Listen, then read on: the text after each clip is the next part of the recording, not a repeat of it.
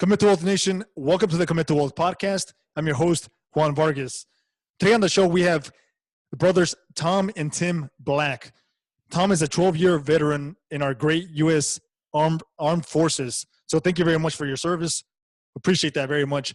He's a former Wells Fargo banker and a current board-certified emergency medicine physician. His passion is helping high-income professionals expand their net worth through real estate investing. Tim has over 30 years of experience in entertainment, hospitality, having worked for Six Flags theme parks, and serving as CEO of Great Wolf Resorts. He brings a ton of experience, including operations, strategic planning, marketing, management, and real estate development. Tom and Tim Black are co-founders of Napali Capital, a real estate private equity investment firm here based in Texas. So Tom and Tim Black, welcome to the show. Thank you very much, Juan. Looking forward to it. Yeah, thank you so much for taking the time and making this happen. I appreciate having you both on. Dude, I'm excited. This will be good. Yeah. So let's get this party started. Kind of tell us a little bit more about your background and tell us where you're calling us from. Gotcha. So I am right outside Fort Worth, kind of northwest Fort Worth area, South Lake Keller area. A little bit of my background, you kind of knocked the tail on the head there. 12 years in the military, Navy, Army, and the Air Force before I decided to leave. And then got this wild harebrained idea when I was enlisted in the Navy.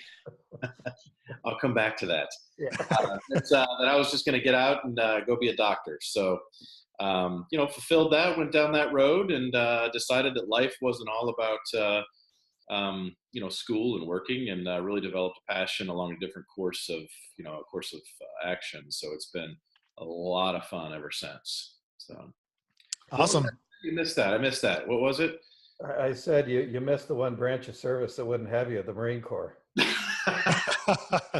What's up with that, man? You weren't hardcore enough or what? No. I was already an officer by that time, and there are no military medical officers in the Marine Corps. They're all Navy. So yeah, there was a reason. It wasn't because I couldn't have done it.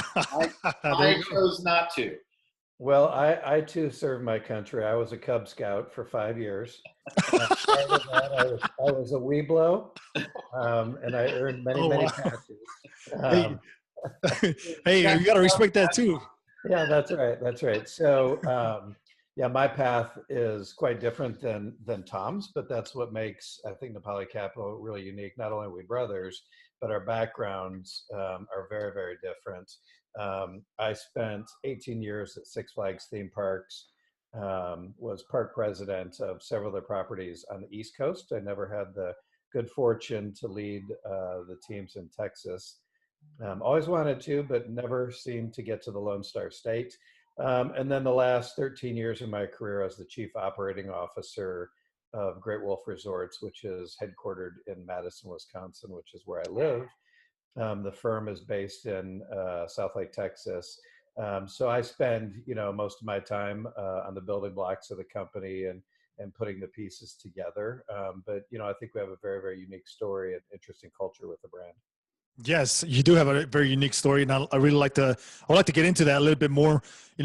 Tom, specifically, you're still a physician, right? So can you tell us a little bit more about that, and why did you even decide to get into real estate in the first place?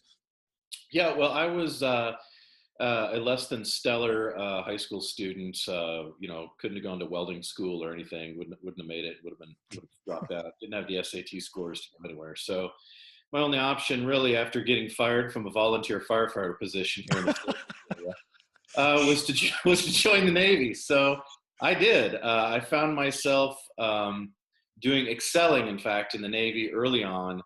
And I don't know how many times. I haven't told this too many times. I know in the book I did, but I enjoyed my early naval career so much. I made a couple really bad mistakes and was had an appointment to go to the Naval Academy, and shortly after that I was removed from. I never even got to the Naval Academy. I made a few bad mistakes and ended up going to a thing called Captain's Mast, which is not something you necessarily want to do, but got busted down in a rank from, I don't know, E4 to E2. And long story short, I end up out, mess cranking on a destroyer in the middle of the Persian Gulf, which is, not somewhere you want to find yourself. And there's a lot of self-reflection during that.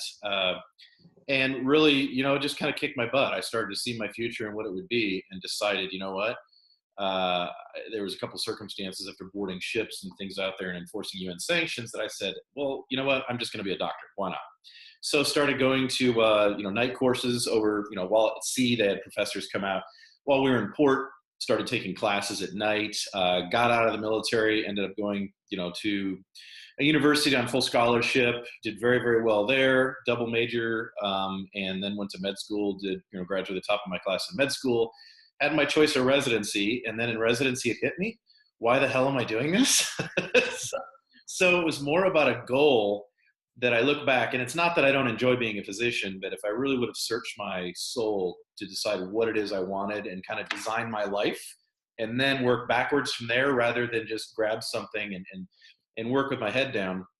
So, ended up finishing residency and had a house that I bought at the top of the market, 2006 or so, and then couldn't sell it, or I could have sold it, but it would have been at a loss around that time. So ended up renting it out to an incoming resident for 3 years, moved to Texas. And that's where I got bit by the bug. And I just started buying houses like crazy down in the Houston area, Tomball and Spring. And I was buying them for 40 cents on the dollar, kind of sight unseen, just foreclosures after the housing market. So had bought about seven houses or so, and then decided that was just so much fun that I'd go buy some land and try my hand at development. Super great experience. And I ended up doing well. But it was essentially my master's degree in real estate. And that's where it really I absolutely fell in love with it from there. I originally went down this road for taxes and depreciation, with physicians being high salary, but not necessarily the most savvy financial folks and/or high net worth folks. That's where my passion started. So for me, it was more about taxation and really investing in cash flowing businesses and being able to take opportunity with tax law as it's written. So the rest is history. I was a full partner in a practice in Texas, and I just went in one day and decided I was going to resign my partnership and all that goes along with it, up and moved to the Dallas-Fort Worth area, and said, I'm going to make a run at this because I love it. And that's about the time that Tim came on board. And things have logarithmically been just a heck of a lot of fun since then. So, Tim, how did Tom convince you to kind of get into real estate? Because I know you were involved in your profession, and so what did he tell you, or what made you get interested in joining him? And be honest. Always. It's just the three of us, so you don't have to worry about it. Be honest. Right.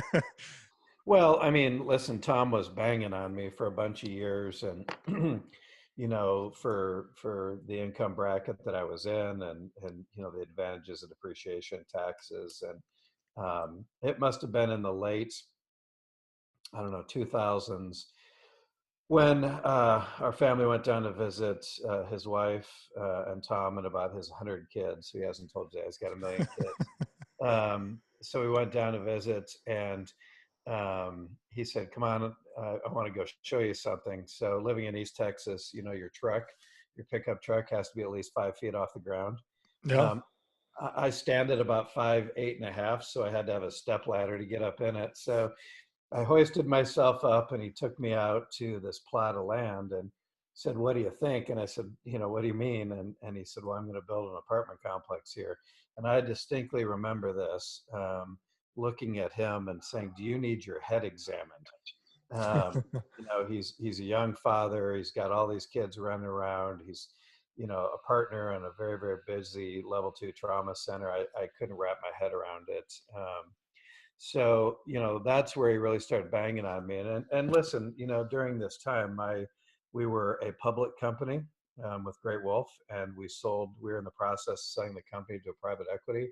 And so during that time period, my career was, equally as busy, just in a very different way. And I couldn't really wrap my head around, thinking about investing in real estate at that time.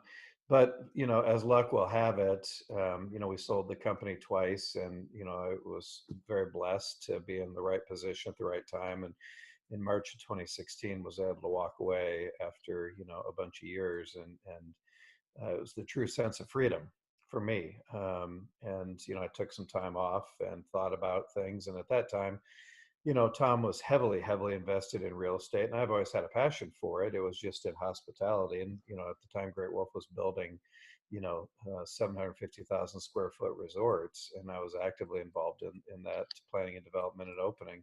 So we decided in 2016 to partner and to start Napali Capital. And that's really, where it kind of begins. And, we've brought a couple of employees on full time now. The firm is growing, but we're growing responsibly. But I think our passion, our culture, are really what makes us very, very different from some of the other people that spend time in this space. Got it. So that's how it started, and so the rest is history, right? So, okay, so I know you guys, got into a development, right? So there was, from my understanding, it's a 20 unit, multifamily property that you guys developed. So what was the mindset, as far as doing that? Tom, you were doing single family homes. What made you decide to, say, hey, I want to go do a, development now and give that a try. So how did that go about? Yeah, well, let me first correct you. You said you guys. Tim wasn't part of that. Right. It was okay. Tom. Just Tom. Yeah, that was just me. I got sick and tired of my cash flow going to being eaten up by management companies. Obviously, self-managing it. The distance from East Texas to Houston wasn't the most advantageous. And then just economies of scale. When you learned, I really was spending just as much time hunting and searching for the single-family homes as I figured that I could in a multifamily. It would just take not only a lot more cash flow, but leverage and debt. And I had enough people at that time saying, how can we be a part of this? And those early stages of really developing trust with people that knew me. Part of it was just complete obstinance. It's the same thing as being afloat and not, never having the ability to go to college and then having somebody knock you upside your head and you realizing that as long as you work with your head down and you work hard enough, you can make it happen. And you're going to face adversity. You're going to face problems, but there's always a solution around those problems. It just takes a little bit of patience and a little bit of trial and error. And so, I found this lot of land that was on foreclosure. Actually, it was a little over 3 acres, and we engineered the heck out of it. Pipeline went right down through the middle of it. And East Texas is like, a basket weave of oil out there of oil. So yeah, we did. And fortunately, I partnered up with one person. It was a custom home builder out there, and we just jumped off the cliff and said, hey, we can make a run at this. And so it was definitely a learning curve, but it was great. It really was. Yeah, so I don't want to spend too much time on this, 20 unit, but I do want to, kind of ask you, what was the price point on this, and how much money did you buy the land for? How much money did you put into it, and what'd you end up exiting at? So great question. So at the time, I bought the land for a little over 30 grand, 3 acres. Wow. Right in the middle of the city. This pipeline scared a lot of people off because it was really right down the middle of the property. Luckily, it was zoned appropriately because I learned my lesson about a year later on zoning when I tried to do it again. The cash flow, well, we put in $4,000 a piece, and that's all that we ever put in. So the way I had written the pro forma and the operating agreement and everything for the bank, we had a nice buffer of 15% of overhead building fees that we built into it. So that was essentially our down payment and our sweat equity, for a conventional 90% loan. So we just we didn't mark up our fees, but it was appropriate percentage of building fees that we built into that, being that so that we could do it. So we just did construction draws. It ended up probably taking us about 1.2 million right around there to finish the job. Nice, I probably over-engineered it. Large 1 and 2 bedrooms, like 1,000 and 1,300 square feet, like big. And then we exited about 1.9 million. And so after our debt, we did pretty well, about, on the order of, I think 400 to 500K. So it was about 1,000% is about what we made on it in nice. About 2 years, something like that. Yeah. So that ended up being a pretty good project. So, which leads me to my next question. Since you had such success on that project, is that something that you currently looking at doing today, or something that you would even do today? Would you do it again? I would think about it. I think as our company grows, the way I would change is that I wouldn't develop it myself. I mean, the business plan would have to be getting with the right GC and, engineering, doing feasibility studies. So, a lot of those things, just the moon had to line up correctly to where we'd encounter a task and we would have to figure a way around it. I mean, we were well underway development, and we found out, okay, anything over 6,000 square feet in the city limits needs to have a sprinkler system for fire. So then we think, okay, crap, now we got to go back and re-engineer this thing, $90,000. And at the time, I'm thinking $4,000 that I'm putting in is a heck of a lot of money. And so 90,000, even in expenses or capital expenditures, would just blow my mind. Not to mention the thing had to be monitored and all this. So we just, as we went down those road, we encounter a problem and we just figure out a way around it. Now I think the opposite. If we decided we would strategically partner with somebody that has a lot of experience, so that we know where we're going, because obviously we would want to do it to a much larger scale. Got it. Yeah, that makes sense. So, what is your current focus, today? So are you doing just, multifamily? Is that what you're sticking with? Or are you dabbing into other asset classes as well? So right now we're BNC, multifamily. I've got some personal holdings in a couple of A-class in San Antonio, about 650 units right around there.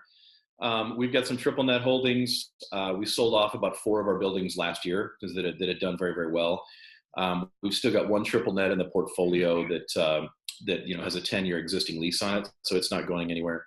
I would say 85% of what we have right now is multifamily. We've got some relationships with some single tenant lease, a build to suit retail, things like that we're going down that road. But I typically want to, and Tim and I both feel this way, is when we meet a new partner and we're looking at that, we're very cautious about going into partnerships. And that's one of the things that I've learned over the years is, if something sounds too good to be true, or a partnership, you really need to vet that company and over that person out, because things change and contracts are always very, very good things.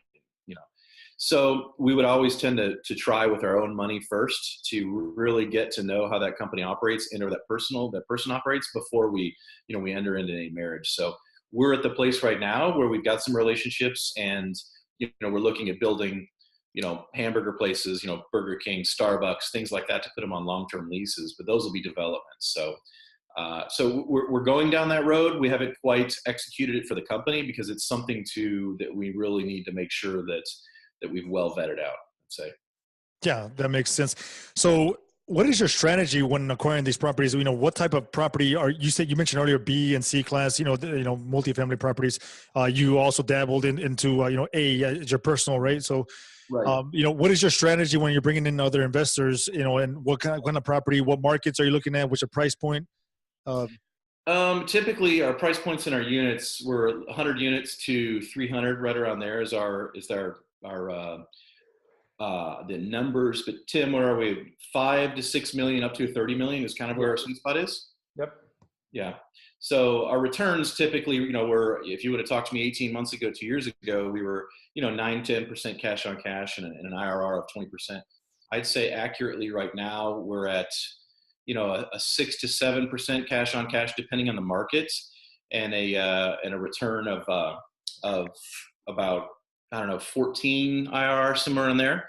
So an 85% return is probably where we are. Tim, you think right about that? No, I think you nailed it. We have 2 deals that we're just under contract with now. Well, one's under contract, one we're getting ready to, and those returns are dead on. And these are based off of like a 5-year hold or 6-year hold, Yeah, we underwrite everything for a 5-year hold, and typically we always we want to underestimate and over return, right? So we're super conservative when it comes to economic vacancy, typically at 12 to 15%. I always want to make sure that we have a longer runway when it comes to debt. We haven't to date done any bridge notes, things like that. As cap rates keep getting compressed and interest rates are rising, some people are choosing to fill that gap with bridge notes, being able to bridge over to the point wherever their pro forma will kick in and then go to some sort of perm. But we haven't done that yet, and that's just not been something, because what we feel is I really want a permanent debt for a long term, because at some point, and I know we all debate about when the market's going to turn, are we sitting on a bubble? The way Napali feels is that may be, but if you look at core competencies and core values, not only of the company, but what our properties are, people are always going to need a place to live. Millennials are changing. Baby boomers are downsizing. B and C, workforce housing with, affordable housing not being something, it's always going to be there. It's just a matter of what area you're in, number one. And then the ability to condense if needed, so that we don't need to ride out a 99% occupancy in perpetuity for some of the things that I've looked at in some people's deals.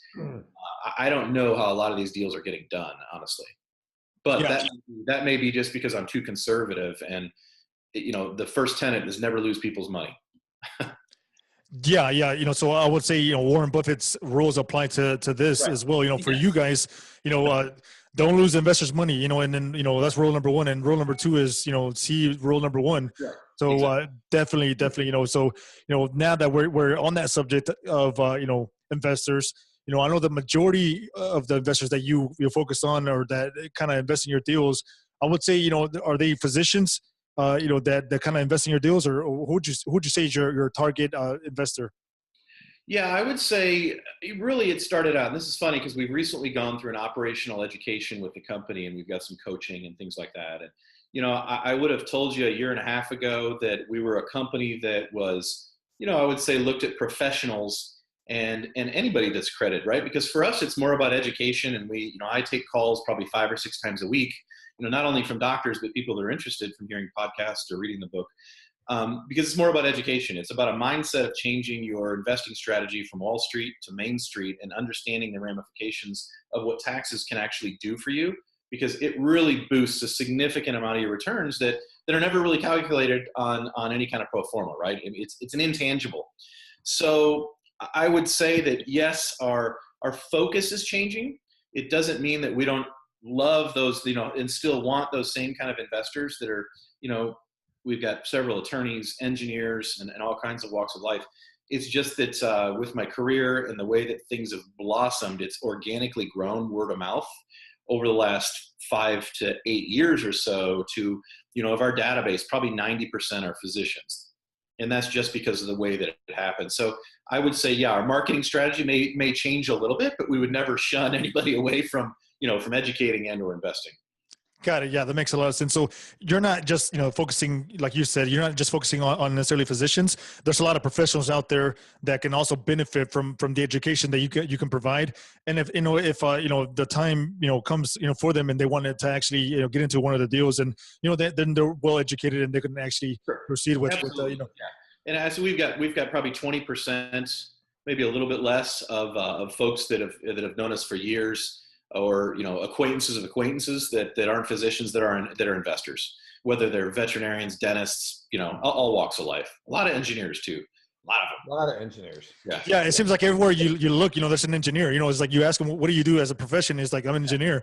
It's like, it just seems like they're all over the place, but which is not a bad thing. It's good. It's just just seems like there's everybody's an engineer these days. So or some kind of IT, right? They're either yes, that's the IT.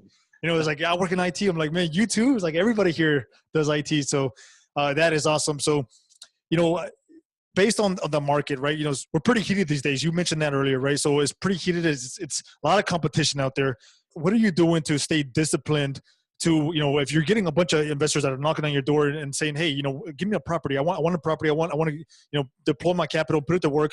How are you staying disciplined to not, kind of tweak these numbers and say, what, this will work, just because I want to, help these guys out? And man, I'll tell you, it's frustrating. We've looked at about 70 deals already this year. And it goes ebbs and flows. What we've found is properties, and the brokers out there that are heavily marketed. I mean, sellers have a very interesting expectation of prices these days, and it's changed dramatically the last 24, 36 months. And some of them get it right now, whether there's true value there, because I want to buy on an existing cap rate, and or I'm not going to buy on a pro forma. I mean, if it's a really good story and you can prove upside, maybe there's a chance there. So we spend an inordinate amount of time looking at deals. And I would say the second thing is it boils down to relationships. We have been really successful in honing in on a couple of very key relationships, to where we know the sellers and or we know the brokers that know the sellers. And so it's a lot by reputation. We just went under contract yesterday, in fact, to a property so we're in Dallas and Atlanta right now. And we've been trying to break into the Charlotte market probably for 24 months. And yesterday, in fact, we signed a deal for 176 units in a place called Belmont, right outside, maybe 8 miles outside of Charlotte, that is a South Lake, kind of community. Amazing little place. And so finally it took us a good 2 years of being able to really get into that market, take a look around, and develop those relationships. And oddly enough, it came out of a whole different state of the broker that knew us. So it was very circuitous, and it became word of mouth. And that was what really did the deal. So it's very important to be, not only have a lot of integrity and transparency, but follow through on what you say you can do. Yeah, that makes a lot of sense. So, definitely, like you said, you've looked at 70 deals, and we're in May, so May of 2018. So, you've looked at, I don't know how many that ends up being per month, but that's quite a few deals, per month, per week, that you're constantly looking at, that you're not just, getting into any deal just because, it seems to make sense, or the pro forma looks good. You got to actually, underwrite it per the actuals, right? The T12, T24, and kind of go off of that. So, what made you, look into that Charlotte market? You mentioned that you've been looking over there for 24 months. So why that market? Well, I'll let Tim answer that, because Tim developed a property there a number of years ago. And I guess the first thing before he says is, no matter where you're at, whether it's a tertiary market or anywhere else, the adage that location doesn't change no matter what, right? It's about location, but you also have to get a good deal in that location. Getting a good deal in a bad location is still a bad deal. It might, we might be in a great time in multifamily, but at some point, the contraction in those markets can change. And if you still have good market fundamentals, just like DFW during the downturn, relatively unaffected, really. And so you look at other markets, and that's where really we focus, and we want to be very, very disciplined about only going here. So we're not going to chase a deal because it's a 6.5 cap or a 7 cap that's in Lubbock, right? I mean, it's just, some people will, and that's where their wheelhouse is. They live there, and they know the MSA, and they know everything about it. That's great. It's just not where our wheelhouse is. So Exactly. Take it away. Yeah, we love the South and Southeast, right? We love Atlanta. We've been very, very successful in Atlanta, and and as part of that, our business plan, you start to finger out a little bit. I have been particularly passionate about Charlotte for a couple of reasons. Number one, when I was a Great Wolf, we built a resort there and opened it in 2009, which was probably the worst time in the history to open up a resort with the crash of the economy. But I found Charlotte to be very, very resilient, even though that they're the second largest financial district outside of Manhattan. Banking and finance is so big in Charlotte and growing. That economy has been very, very, very robust and continues to be very, very robust. It feels a lot like Dallas, just 3 or 4 years behind, and very, very similar in terms of Atlanta with the job growth, companies leaving the Northeast and California, kind of converging down to Dallas and then down to the Southeast. So Charlotte has been just on our radar for a while. The Carolinas, are very, very hot markets right now. What would you say, like the supply there is, it's a smaller market, that you're looking at, Charlotte. Would you say that the supply is there? It's tight. It's funny. It's like Houston. It cracks me up, because we spent a while in Houston looking around thinking, okay, is this a market we want to get into? And ultimately we decided no. And the reasons for that weren't because fundamentals were strong, but it was because even during the downturn, it's crazy when you look at oil and everything else. And of course, Houston is a much, much larger city that it can absorb all kinds of other jobs. So it was funny to us that as we spent more time down there, cap rates never changed. I mean, it doesn't matter where you're looking in that area. Fundamentally, the cap rates were always like a 6 and less, even though nobody was coming in and out. It was just these debt funds came in to absorb all these vacancies. And it really changed. And what we learned was, if we're going to pay a really aggressive cap rate, we really want to be owned somewhere that is buffered by all sorts of job growth, and that we had a large upside. So with that, when we had actually looked the last couple of years, every broker and trips out, we were really a little frustrated because we weren't finding anything. Everything was 5.5 for a C class. We're thinking, there's just no way. If we're going to do that, we're going to do it in our backyard in Dallas, right? Why would we would work on the core things here? But in the end, what happens is you've got to go back to those relationships. to where, we're over at a six, we're actually way over a six cap on a 1988 build product that's going to do very, very well. And it's just because the seller knows the relationship, and that's where it came into play. So we thought all was lost until one of these relationships, just cold called us out of the blue, and it was really great. And so that's where it paid off. But yeah, and I think if there's any advice to your listeners, underscore the relationship piece. You held up Tom's book, before we went on air, Yeah. and this particular broker, was a referral from a broker that we had closed 2 deals this year in Atlanta. We asked him to introduce us to the Berkadia guy down there, and they did. And I just kept pounding the guy. I mean, every week and a half, I'd say, "Hey, how are you, Mark?" We had a few phone calls, and I sent him a book.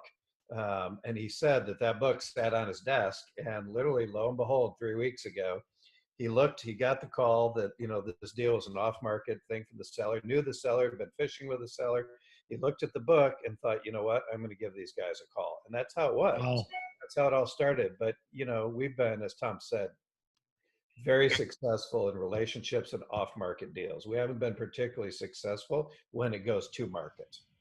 Yeah. So the key point there, I would say definitely, look to build true relationships. Don't just, try to make it a call and say, hey, what do you got? You got something for me? They're going to be like, who are you? Like you have no type of relationship with them. So that's not going to happen. You're dreaming, if you think that's going to happen. So it's a work in progress. You mentioned, 24 months looking at a market, that's it just takes time, especially if you want to find a good deal. So congratulations guys on that. That's definitely awesome. So I want to talk about, what has, besides the development deal, right? You said that was like 1,000% return or whatever it was. So tell us, your best deal yet, after that, what has been a best deal that you've the next big deal I did, which was shortly thereafter, I bought in October of 2015, closed in December of 2015, 305 units in Arlington, raised a little over $3 million in capital, sold in December of 2017. So right at 2 years and about 4 days. We bought at 12.4 and we sold just under 21.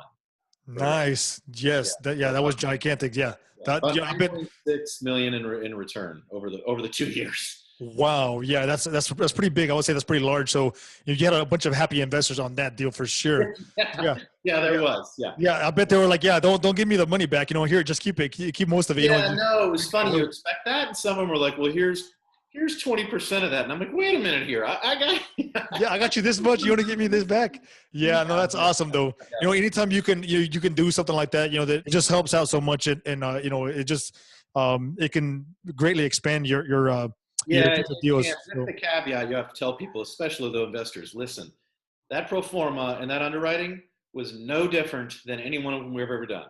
So don't expect that, number one, every single time, because it's never going to happen. It's pie in the sky. Lightning doesn't strike twice. Yeah, lightning doesn't strike twice. The fundamentals were there, but what happened is, we were able to drive NOI significantly, which was part of our pro forma, and we knew we were going to be able to do that. But what happened is we really just took advantage of the cap rate compression, right? I mean, we bought very, very well, and sold at a significantly less cap rate. So that's really what it was. And when we put it out to the investors, and I think we had probably mid-30s numbers of investors, it was 100% because we typically will give the investors a vote. And I've never, in all my years as being a physician, it's hard enough to get 4 physicians in a room to make one. But to get 30 some odd people together to make the same decision, I was actually really surprised. And everybody said, hell no, sell it. We're getting out. Yeah. Yeah. So what would you say was your purchase cap versus your reversion cap? Yeah, we were probably high 7s actually going in, and a low 6 coming out. Nice. Yes. Yeah. In that market. Yeah. Definitely that was great. So let's talk about your failure. What have you done that you maybe now looking back, you wish you wouldn't have done, and what did you learn from that? Well, first failure would have been years ago when I built that development. I thought that, hey, I did it once, why not do it again? So I went and bought some land in an adjoining town and made the mistake of thinking that zoning is really easy. It was zoned for, single family kind of a situation. I went in there And then keep in mind, this really small town. I was planning on building some really nice, brownstone condo type rentals, and I didn't strike quite fast enough. So I put in a zoning permit. I knew the mayor. I knew the two of the councilmen. So I thought, hey, I got these guys in my back pocket. I'm going to rezone this. I was promised. I mean, short of being promised, it was that quintessential that early on Donald Trump feeling I think I got. It was like, oh yeah, you can get this, no big deal. We'll take it to city council. Well, it got delayed. A petition was organized because it was surrounded by a neighborhood of elderly folks. Next thing you know, I've got the newspaper calling me, printing articles. I go to another town hall meeting. You would have thought that people were throwing rotten fruit at me. It was a horrible freaking experience. So in the end, I gave up because I tried going back and then saying, okay, I'll build single family homes on here. Well, that wasn't good enough. Nothing was going to satisfy these people other than that land being vacant. Like there was nothing I could do or build. So I ended up selling it to one of the older gentlemen that backed up to this land that was so angry because his wife had Alzheimer's and there's no way I could, if I put any heavy machinery out, it would cause her problems. Granted, maybe there's some compassion there, but I ended up selling him the land back and saying, I am never rezoning a property ever again. The engineering costs and everything else, it wasn't worth it to me at the time. So I'd say that was a pretty big learning experience. I mean, it wasn't a failure from the standpoint of, I probably lost a few thousand, but I learned a bigger lesson there. And then the next one I would say is about relationships. I've had some bad relationships in the times that I've been associated in real estate. And, depending on your type of personality, I like having control. And Tim likes having control because we can control quality. And when you get a type personality that's maybe not as concerned about quality, maybe not as concerned about investor relationships or communications, that can by default make you look bad.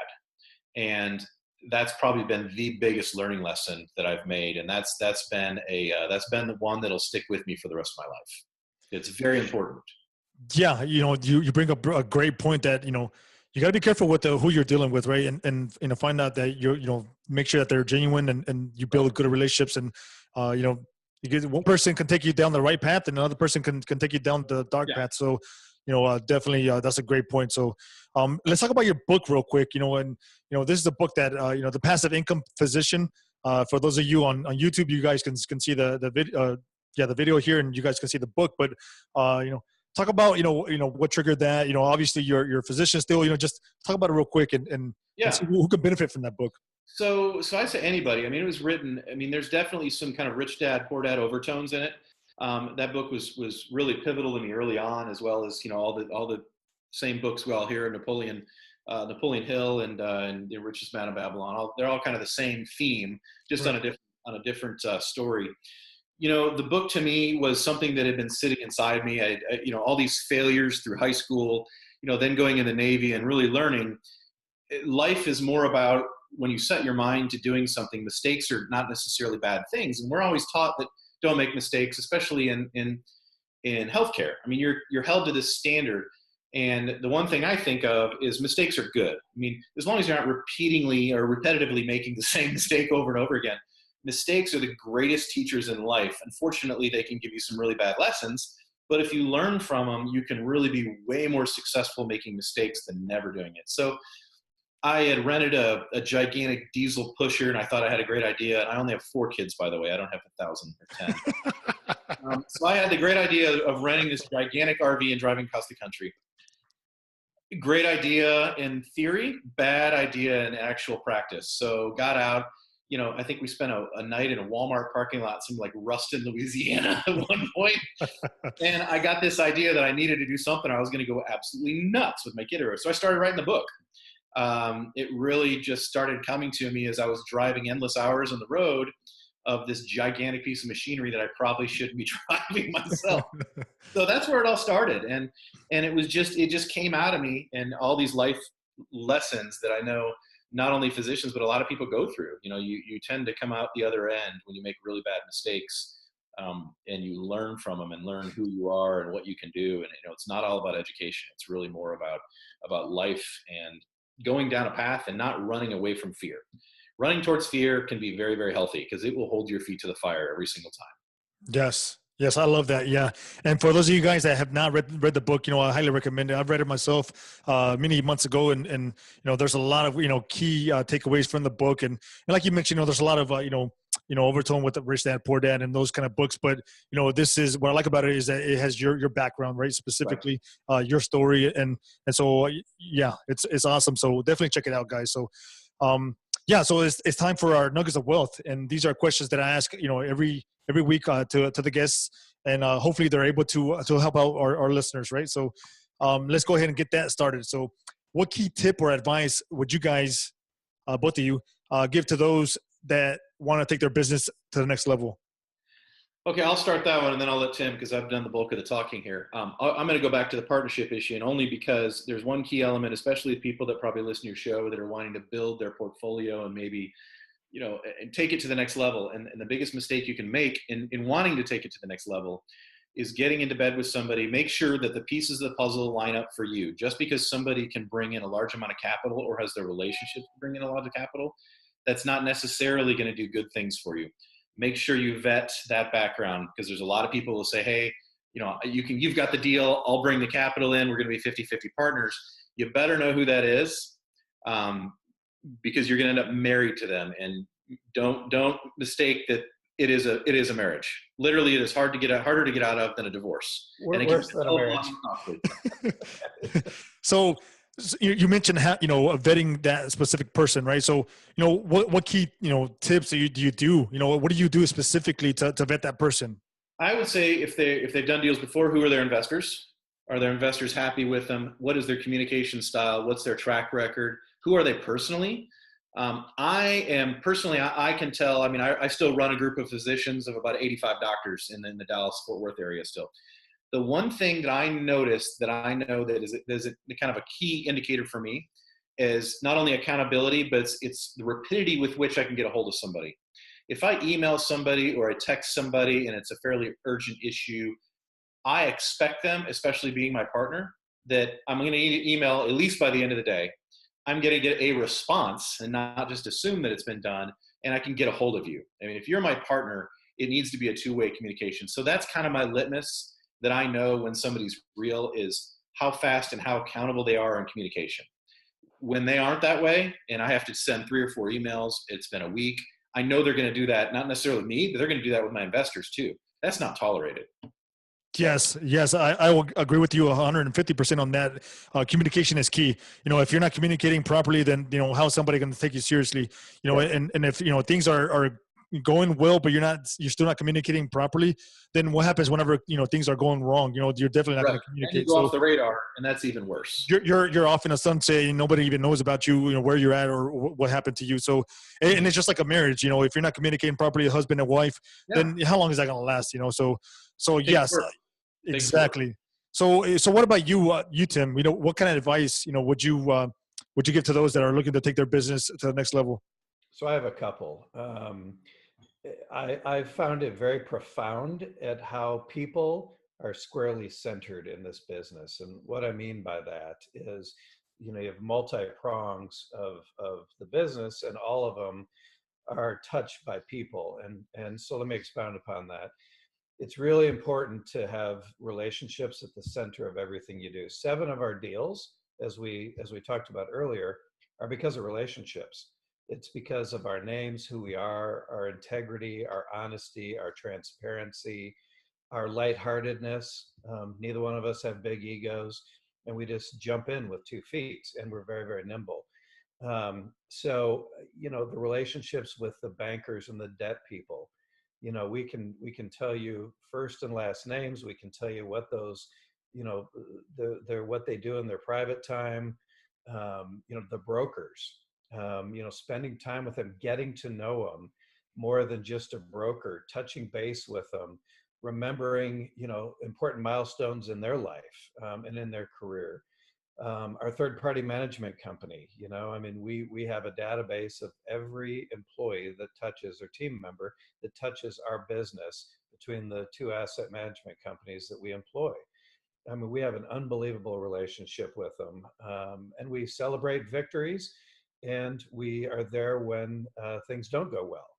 And we learn from our mistakes. As Tom said, we just don't make the same one twice. So people, really, really very, very important. Yeah, you can't be transactional. You have to be relational, and that's the biggest. I think that's the easiest way to sum that up. Yeah, Yes, yes, I love that. Yeah. yeah, there you go. Exactly.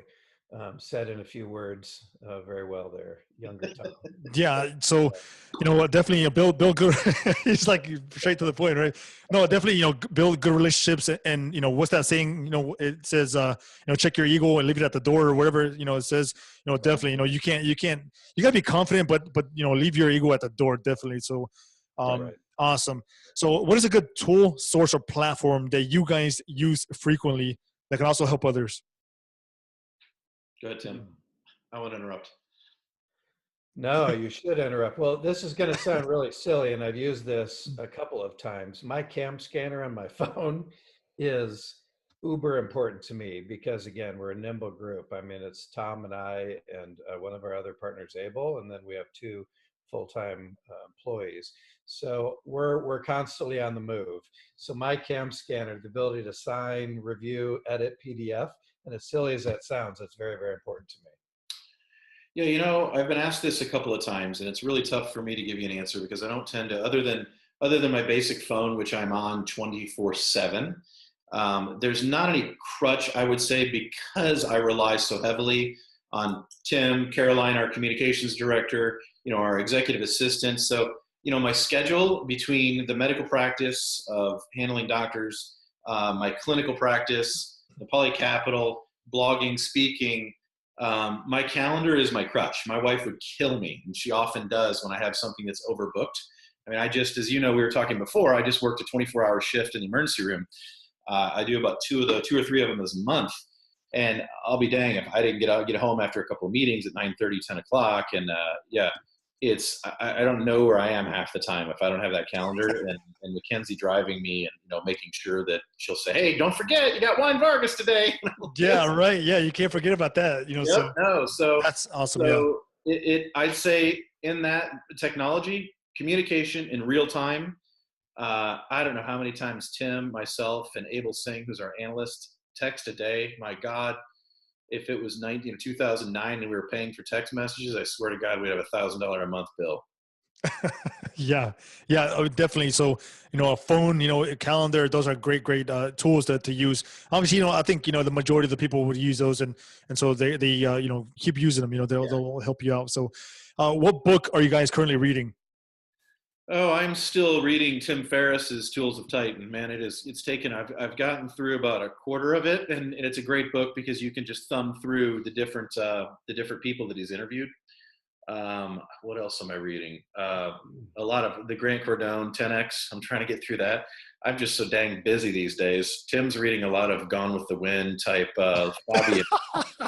The Notebook. I tell you, he's a huge romantic novel guy. Yes. It's unbelievable. Yes. That's awesome. So, where are you guys looking to take your business here in the next 10 years? 10 years. I think we just crunched the numbers on these, didn't we, Tim? We did. Yeah. You talk? I think I think we're just under 100 million in assets. And so what is difficult for me in going through the exercises of looking 1, 5, and 10 years out is to grow responsibly and not think about things growing logarithmically, because it's very hard to dictate what the climate is going to do and where we're going to be as far as in the cycle and what we can do for the investors. So I think in 10 years, we've done just under 100 million in the time that we've been in business. I would like to say we're going to hit 500 in 10 years, and I think that's a pretty realistic goal. We would like to say probably we're actually looking in the next year, we've got to look at management companies, bringing something in-house so we can control quality. And we've got, certainly touching as many investors as we possibly can and really changing not only physicians, but other people and educating about depreciation. And that's where I really get excited, because when you take a doctor that's paying 37% in taxes and after investments, and then you can get them down to 25%, that is actual cash in your pocket. And that makes a huge difference in the number of shifts and the number of days you're going into the hospital and holidays you're working. So it can be extremely liberating. Got it. At the end of your life, how do you guys want to be remembered? Oh God, Tim's got a great your bar downstairs. You've got a great sign. I actually took a picture of that. I Or was do? it up in Green Lake, So Tim's got a great, they probably didn't forget it because that was like, Tim owns more houses than he does, has kids. It's pretty ridiculous. That is true. I have 2 kids. And 4 houses. So there's this sign. I'll just have to paraphrase. Basically, it says, I want to go to the grave, worn out, beat to crap, butt up, and you can park your bicycle in me. I hope that in my grave, somebody doesn't look at me and go, oh, look, he looks so good for his age. I just want to be a beat up, weathered old guy that lived life to the absolute fullest, as long as my wife can still find me reasonably attractive. That being said, I just want to experience it. I mean, I have had so much fun getting out of medicine and actually experiencing life. This is the first year in a decade that I took both Christmas and Thanksgiving off. And that says a lot. I've never been able to take vacations like I have now. Tim and I are getting ready to go to Turks and Caicos, and the first time ever in our life to really travel together. So it's really liberating. There's a freedom, and I just want to be beat up and have a hell of a rest of my life. Love that. Awesome. You can rest when you're underground. That's right. Yeah, definitely. So what about you, Tim? Oh gosh, I've never really been asked that question. So kudos to you. That's one that I've got to think about.